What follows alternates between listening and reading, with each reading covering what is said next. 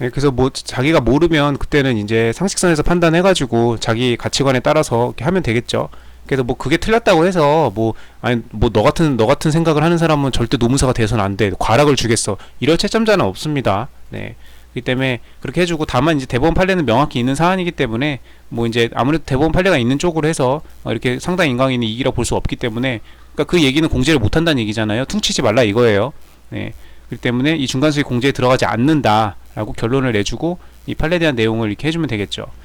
그래서 이게 그 지금 2차 사례집까지 뒤져보진 않았는데, 이게 이제 그 지금 그 기본서를 찾아보니까 이런 그 이제 그 이 중간 수입으로 공제되는 경우 안 되는 경우 해가지고 사안들이 되게 많죠. 그러니까 비단 이 논점뿐만 아니라 어느 과목이든 다 이런 수많은 논점들이 있고, 그 중에 이렇게 막 이렇게 갈리는 거, 예를 들면 뭐 행정법에서 하자가 승계되는 경우와 하자가 승계되지 않는 경우, 이렇게 해서 쫙그 기본서 보면 도표 있죠, 도표. 예. 그러니까 그런 식으로 이제 객관식에서는 그런 것들을 이렇게 막 섞어가지고 이제 이렇게 되는 거 안 되는 거, 긍정 부정 이렇게 이제 섞어서 객관식 문제로 많이 내기도 하지만, 이렇게 2차에서도 이렇게 개별적으로 이렇게 노동조합에서 이렇게 지급받은 금원들은 이거는 그 중간수익 공제가 돼, 안 돼, 이런 것들을 구분하는 개별적 사안들을 많이 알아야 되기 때문에, 그래서 그 2차 사례집, 2차생들이라고 해가지고 2차 사례집만 공부하면 안 됩니다. 네, 1차 기본서 아니면은 그 교수저, 그 두꺼운 책들 있죠. 막 그 하드커버로 되어 있고 그 양장으로 되어 있는 그 교수저, 이런 그 수험서 말고 기본서 이런 것들도 그 열심히 봐야 됩니다. 2차 공부한다고 해서 2차 사례집만 우구장창 보면 안 돼요. 2차 사례집은 어떤 이제 실제 문제, 이런 현실 문제를 주고, 그 다음에 뭐 기출 문제나 기출 문제 변형으로 해서 이렇게 주고, 그 다음에 이거에 대해서 모범 답안을 어떻게 작성하는지, 그거를 이제 배우기 위해서 2차 사례집은 공부를 하는 거고, 이렇게 적용하는 법, 판례를 갖다 쓰는 법, 이렇게 목차 구성하는 법, 그런 거를 이제 보려고 그 모범 답안이 이렇게 다 되어 있잖아요. 사례집 보면 문제가 있고 해설 있고, 문제 있고 해설 있고, 그러니까 그걸 공부하기 위해서 2차 사례집을 보는 거지, 2차생이라고 해가지고 그 1차 할 때 공부했던 그 기본서를 아예 안 보면 안 됩니다. 수험서를 보든지 아니면 교수저, 그 뭐 도서관에서 책을 빌려서 대출해서 보든지 이렇게 해가지고 기본서를 봐야 돼요. 기본서를 보면 이런 것들이 일목요연하게 정리가 다 되어 있습니다. 근데 그 많은 것들 중에 어떤 게 중간 수익 공제가 되는지 안 되는지, 어떤 게 나올지를 모르기 때문에 기본서를 봐야 돼요. 기본서를 안 보면은 이거는 이제 했으니까 요거 하나에 대해서는 알지만, 또 거기 중에 있는 많은 것 중에 이번에는 내년에는 다음 출제에는 똑같은 걸 낼 수가 없으니까 요걸 내고 요걸 이렇게 내면은 그러면 또 틀리고 모른단 말이에요. 그렇기 때문에 2차 사례집만 볼 게 아니라 기본서 봐라, 기본서. 2차 사례집은 목차 구성, 답안 구성을 어떻게 하는지, 어떤 식으로 대충 25점이면 어느 분량으로 답을 적으면 되는지, 그거 이제 감을 잡기 위해서 이제 그 학원 수험과에서 나오는 2차 사례집 책을 보는 거고, 사례집 공부 어느 정도 됐으면은 다시 기본서로 돌아와서 이런 내용들을 충분히 많이 알아야 됩니다. 뭐 이런 판례는 모르면 알 수가 없죠. 그냥 자기 멋대로 그냥 생각해서 그냥 쓸 수밖에 없기 때문에, 뭐 어쨌든 이 대법원 판례가 명확히 있는 사안에서는 이것과 결론을 달리하면 감점이 될 수밖에 없죠. 그게 공정하죠. 그리고 왜냐면 이 노동조합에서 받은 기금을 이거를 토해내도록 한다고 해도 뭐 그게 그렇게 뭐 쳐죽일 일이라든지 뭐 그렇게 될 수 없죠. 대법원도 전원합의체 판결 보면 그 똑똑한 대법관들도 서로 의견들이 갈리는데, 그것도 정반대로 이렇게 갈리는데, 그러니까 이런 것들은 다 입법 정책의 문제이기도 하고 정하기 나름이라 이거예요. 그렇기 때문에 법을 다루는 사람들은 결국 법에서 어떻게 다루는지를 알고, 그래야 그 원고가 피고한테 얼마를 청구할 수 있는지, 뭘 청구하면 기각을 당하는지, 이렇게 해서 현실 결과가 달라지기 때문에, 그런 면에서는 이런 기본서를 보면서 이런 내용들을 다양하게 숙지를 하는 게 맞습니다. 그렇게 해가지고 했다. 저는 몰랐어요. 이 판례 몰랐어요. 그래가지고 그냥 제 생각에는 구제기금 이거는 반환 나중에 해야 되는 거 아니야? 돈 다 받았으니까 라고 생각을 했는데, 판례와 기본서를 보니 이제 그동안 마음고생, 그 다음에 이제 기본적으로 노동자의 위치에서 법은 이제 노동자를 보호하기 위한 노동법이니까, 그렇게 해서 야 이거 뭐 구제기금 명목 이거를 또 토해내라고 하냐, 그거 너무한 거 아니냐? 갑이 잘못해서 해고된 것도 아니고, 다 니네가 부당해고 해서 이 사단이 난 건데 이걸 토해내라고 그래, 이걸 달라고 그래, 건드리지 말라 이거죠. 네, 이렇게 해서 한번 공부해두면 뭐 이제 다시는 저기 하겠죠. 네, 그래서 이거 먼저 해서 100만 원은 중간수익 공제를 할 수 없다. 그래서 이 판례를 끝내고, 그 다음에 이제 600만 원에 대해서 검토해야 됩니다.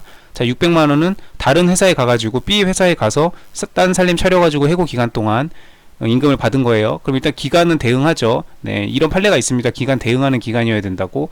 그러면 이제 이게 중간 수입을 공제할 건지 안 할 건지 기간이 대응하는 기간이기 때문에 이거에 대해서 이제 따져봐야 됩니다. 그래서 이제 우리 판례 결론부터 얘기하면은 2022년도 판례 이거가 이제 해결이 되는 키워드 판례였고요. 네. 그 전에 이제 잠깐 그 근로기준법 좀 잠깐 보고 갈게요. 46조에 보면은 휴업수당이라고 있어요. 사용자의 기책사유로 휴업하는 경우에 사용자의 기책사유죠. 네, 채권자 기책사유입니다. 이랬을 때 근로자는 네가 잘못한 거니까 회사에 노동을 제공하지 않아도, 왜냐면 회사에서 해고됐으니까 너 나오지 말라며, 출근을 못하게 책상도 빼버렸는데 뭐 어떻게 나가요. 그렇기 때문에 노동 제공 안 했지만 네가 잘못한 거니까 임금은 청구하겠다 이거죠. 전형적인 민법 538조의 채권자 기책사유로 인한 위험 부담의 이전입니다. 그러니까 이 위험 부담이라는 건 이 회사 입장에서, 사용자 입장에서 근로 제공을 받지도 않았는데 월급만 나가는, 꽁돈이 나가게 생겼죠. 지금 그 위험을 말하는 거예요. 정확하게 민법 538조 1항이 적용되는 사안이죠. 자, 이렇게 되는 경우에 당연히 근로기준법인데, 노동법인데 가만히 있으면 안 되겠죠.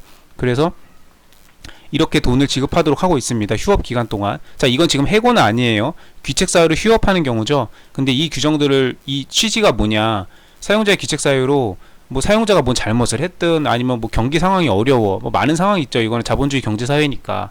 그렇게 됐을 때 휴업을 하게 되면 기본적으로 이 지금 근로자는 매달 근로를 제공하고 월급을 받으려고 근로 제공하는 건데, 아니 지금 이게 근로자 잘못이 아닌데 지금 이게 쉬게 되면은, 쉬었다고 해서 근로 제공을 안 하니까 돈을 못 받게 되면은, 아니 당장 생활비가 문제되죠. 카드값 나가야 되고, 아파트 대출금 나가야 되고, 문제가 생긴단 말이에요. 그렇기 때문에 이거는 노동 제공의 대가도 있지만 그 급여의 성격이 기본적으로 생활을 보장하기 위한 목적도, 그것도 무시하지 못한다. 그리고 그 생활을 유지하기 위해서 근로자들이 그것 때문에 사실 다 취직하고 출근하는 거지, 그거 아니면 누가 취직하고 누가 출근해요. 그렇기 때문에 근로자를 보호할 필요성이 있다. 그렇기 때문에 100분의 70은 그러면은 일을 안 했지만서도 이걸 수당 형태로 지급을 하라 이거죠. 그러니까 월급을 주라 이거죠. 70%는 줘라. 월급 200만 원 받던 사람이면 한 140만 원 원저리는 줘라 이거예요. 카드값이랑 아파트 대출금이랑 하다못해 휴업해가지고 집에서 탱자탱자 놀아도 밥은 먹어야 될 거 아니에요. 삼시세끼 두 끼로 줄일지라도. 그렇기 때문에 100분의 70은 줘라. 네. 이렇게 지금 정해져 있습니다. 자, 그러면은 이 판례에서는 이 논리를 갖고 옵니다. 자, 이게 지금 휴업하는 경우면은, 자, 그러면 사용자가 만약에 사용자의 귀책 사유로 해고한 경우에는 나중에 그게 노동위원회에서 부당 해고로 결정이 돼가지고 복직하고 그 해고 기간 동안에 돈도 다, 월급도 다 지급을 해라라고 이제 노동위원회에서 결정이 나왔어요. 그렇게 됐을 때는 그러면 거기에 준해서 이거를 유추 적용 또는 준용해야 되지 않겠냐 이거죠. 그래서 이제 2022년도 최신 판례네요. 이 정도면. 그래서 이제 1번 판결 요지가 있었고, 자, 2번 판결 요지에 대해서 이제 이걸 낸 겁니다. 네. 물론 이전에도 당연히 이런 해당 사항에 대한 판례는 있었을 거예요.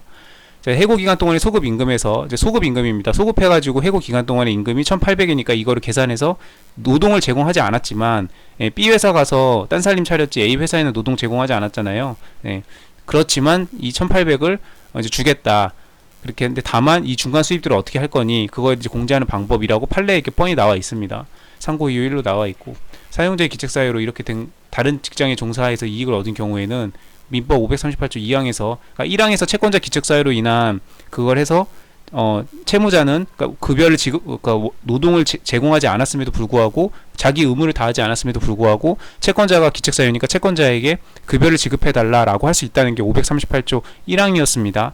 자, 그러면 이제 2항에서는 다만 근로자, 아까 채무자죠. 여기서는 근로자, 네가 이렇게 함으로써 얻은 이익이 있으면 이거는 중간 수입으로 공제할 수 있어야지. 너 이중으로 이득을 너무 막 그렇게 개이득하는 건 안 된다 이거죠. 네.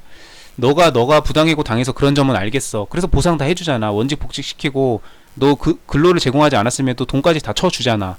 근데 그 이상의 너무 많은 걸 바라면 그것도 불공평한 거 아니냐? 네, 민법의 기본 이념이죠. 공평타당, 공평분담, 손해의 공평분담. 잘한 만큼, 잘못한 만큼만 책임을 져야지. 그쵸?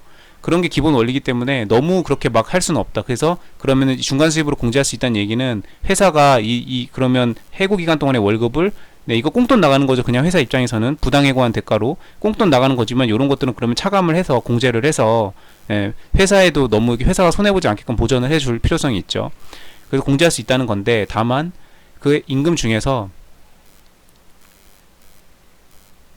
임금 중에서 이 799는